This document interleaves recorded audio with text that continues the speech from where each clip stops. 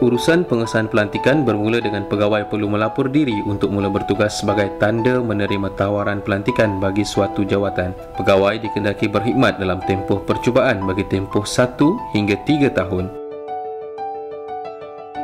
Pegawai yang telah melapor diri akan diberi penempatan di kementerian atau jabatan berkaitan untuk melaksanakan tugas bagi jawatan yang disandang. Pegawai perlu melengkapkan borang profil pegawai serta maklumat penempatan akhir dan dihantar kepada Ketua Perkhidmatan. Urusan pengesahan pelantikan bermula setelah pegawai hadir melapor diri dan diberi penempatan. Dokumen yang perlu disediakan adalah surat setuju terima pelantikan, surat akuan sumpah dan surat akuan doktor. Dokumen yang lengkap perlu dikemukakan kepada ketua jabatan dan seterusnya akan dihantar kepada pihak berkuasa melantik untuk tindakan selanjutnya. Tempoh urusan pengesahan pelantikan adalah 1 hingga 3 bulan setelah pegawai melapor diri.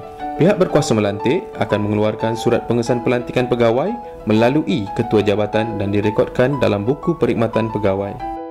Bagi urusan pengesahan dalam perkhidmatan pula, pegawai wajib memenuhi syarat-syarat berikut iaitu lulus peperiksaan perkhidmatan yang ditetapkan dan hadir dengan jayanya program transformasi minda. Syarat-syarat ini perlu dipenuhi dalam tempoh 1 hingga 3 tahun setelah pegawai dilantik.